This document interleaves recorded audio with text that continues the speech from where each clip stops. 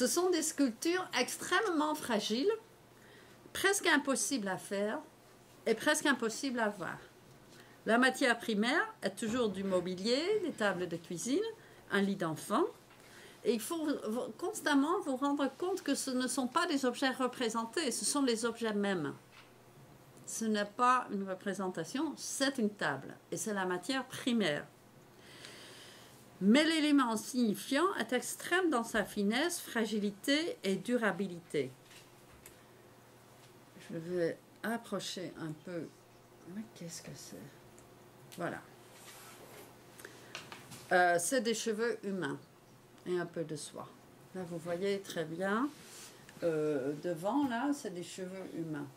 Et la première fois que j'ai vu ça, évidemment, on est complètement choqué.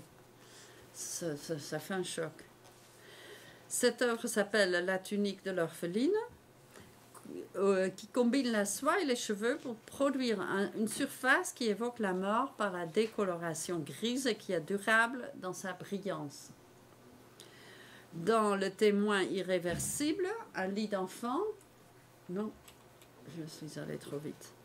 Un lit d'enfant a été cousu sur la table avec un tissu complexe de soie et de cheveux.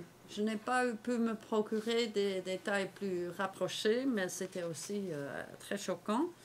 C'était comme si le lit était complètement incrusté dans la table et entouré de ce tissu. À base de la performance de la durée. Elles ralentissent le temps à l'extrême. Elles donnent la nausée par le mouvement d'aller et venir, de s'approcher et de s'éloigner, avec des yeux incapables de suivre le corps harmonieusement, parce que les lunettes ou les lentilles de contact semblent un peu mal ajustées. On ne voit pas bien. On voit moins bien que ce que vous voyez là. Hein. Le regard devient lui-même un peu une torture, comme le confirme un Caravage. Comme le confirme d'un Caravage dans un espace d'ombre et de lumière, où les membres du corps sont raccourcis jusqu'à entrer dans l'espace du spectateur, incitant le spectateur à reculer un peu, ces surfaces dont la structure des détails microscopiques conjure une violence tellement massive qu'aucun compte-rendu historique ou journalistique pourrait la comprendre. Raccourcissent le temps au point d'entrer dans le temps de la vie du spectateur, dont elles brisent la linéarité et la régularité.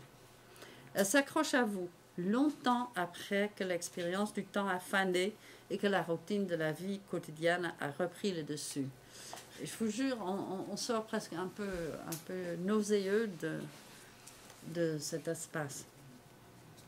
Bon, j'ai dit que cette intervention radicalement politique se fait par le déploiement de la durée dans une forme qui est l'équivalent temporel du raccourci.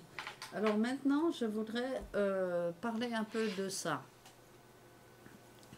Comme invention qu'Cambridge situe en 500 avant notre ère, procédé pictural, le raccourci, vous avez une question? Vous pouvez interrompre. Hein? Je me posais la question si il est à Londres. À Londres, oui. Oui. C'est le seul exemple que j'apporte parce que je voulais limiter ça.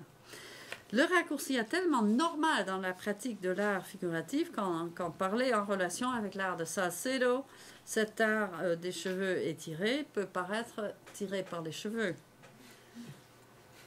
Surtout que cet art a été qualifié de minimalisme, une esthétique opposée au baroque. Est-ce que je me trompe ou est-ce que... Oui. Donc, comparer ça, c'est ça donc mon cas de comparaison. Bon, aucun livre d'histoire de l'art mettrait ces deux œuvres ensemble. Mais comme les surfaces de ces œuvres le montrent, Salcedo est aussi une espèce de peintre. Ça se voit aussi. Elle est sculpteur, mais elle est aussi peintre. Si son art est efficace comme art politique nouveau, c'est dû à la collaboration entre son théâtre et sa peinture, même si elle fait uniquement des sculptures. Le raccourci n'est pas toujours très bien défini dans les dictionnaires de termes d'art, mais si on le définit du tout, la technique est considérée comme faisant partie de la perspective utile pour créer l'illusion de la profondeur. Et dans la mesure où la perspective est traditionnellement, je pense que je recule, traditionnellement considérée comme une méthode pour transformer une forme tridimensionnelle en forme bidimensionnelle, une forme de la représentation comme illusion, c'est indéniable. Mais on peut aussi considérer comme une alternative à la perspective produite de l'intérieur de celle-ci, pour ainsi dire, une technique qui veut être le contraire de la perspective dont elle a pris son essor. Elle est devenue très populaire, le raccourci a été beaucoup pratiqué après la grande vogue de la perspective. Elle en est le contraire de la perspective dans 3 sens. D'abord, le raccourci étend l'espace vers l'avant, vers le spectateur, non pas vers le fond. Deuxièmement, il implique le corps, tandis que la perspective est une prothèse qui aide le spectateur à oublier son corps. Et finalement, il accentue la distorsion, plutôt que de tenter d'effacer celle-ci. Hein, on voit très bien qu'il y a une distorsion de ce corps. En régime perspectival, l'espace représenté est saisi à partir de la position désincarnée, rétinale du spectateur, le point de vue, au moyen de lignes, de rubans d'espace qui s'éloignent en devenant plus étroits vers l'horizon. Sur cette ligne la plus éloignée, ces rubans se croisent comme des lignes, formant un seul point qui est l'opposé du point de vue, l'ainsi nommé point de fuite. Comme le terme l'indique, c'est le point où la vision bascule dans l'invisible, pour combiner avec un clin d'œil Hubert Damisch, qui a plus que tout autre contribué à dénaturaliser la perspective, et Maurice Merleau-Ponty, qui tourne peut-être un peu vite à l'abstraction invisible, la transcendance. Le spectateur prend sous garde l'espace tout entier que le point de fuite délimite. On croit encore un peu trop en général à la prédominance de la perspective dans l'art occidental de la Renaissance au modernisme. On y croit si facilement parce que malgré l'artifice de la distorsion, le symbolisme et le caractère de procédé ou de truc, la perspective comporte toujours le bagage scientifique des lignes droites, systématiques et claires. Ces lignes ont l'air tellement honnêtes qu'on croit que c'est la vérité. Dans ce sens, le raccourci est l'opposé de la perspective. Ici aussi, une distorsion rend l'espace représenté plus réel. En raccourcissant la longueur d'un membre du corps et en élargissant la largeur, il paraît plus long, non pas sur la surface, mais vers le devant, perpendiculaire à la surface peinte. C'est surtout cet homme ici à la droite du tableau qui devient un monstre carrément.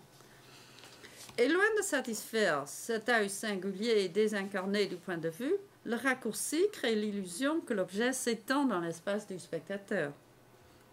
Ainsi, il semble quitter la toile, percer le mur imaginaire qui sépare l'espace représenté et tout ce qui se passe là-dedans, de l'espace où le spectateur se trouve. Et je fais allusion aussi au 4e mur présumé dans le théâtre. À l'abri de tout ce mouvement qui bouleverse sa tranquillité contemplative. Je pense que devant un tableau comme celui-ci, on est beaucoup moins tranquille que même devant un tableau aussi plein que les Ménines. Ainsi, le raccourci s'attaque à l'état désincarné, illusoire du spectateur. L'acte visuel qui en résulte est profondément transformé comme résultat. Ceci est le paradoxe du raccourcissement. La technique est supposée servir l'illusion réaliste de la représentation, donnant corps aux surfaces plates que sont les figures dans les scènes. Mais l'effet est très différent en même temps. Ainsi, là où la perspective et son mouvement vers le fond produit un espace que le spectateur peut posséder, coloniser, mais non pas entrer, le raccourci pousse vers le devant, donne vie aux figures, mais dans le même mouvement attaque la sécurité imaginaire du spectateur. Tout en servant l'illusion de profondeur, il utilise celle-ci pour en même temps la briser, ou plutôt il la transforme. Elle et les modalités du regard, d'un regard distant et sans corps, un regard engagé et rapproché, incarné. Avec le raccourci ainsi conçu, ainsi mobilisé, le mode de l'œuvre, dans le sens narratologique du terme mode, déplace l'accent de la représentation et ses illusions à un domaine qui joint l'œuvre au spectateur, le domaine dont le mode est affectif. Je ne peux m'empêcher de voir le procédé, donc de refuser de tomber dans son piège, tandis qu'en même temps, je le laisse m'imposer cet engagement physique. Car dans le domaine ambigu où je sais que je transgresse une limite rationnelle, je me sens poussée, ravie de le risquer. Ce moment, ce regard qui hésite, est peut-être le noyau de cet art qui meut.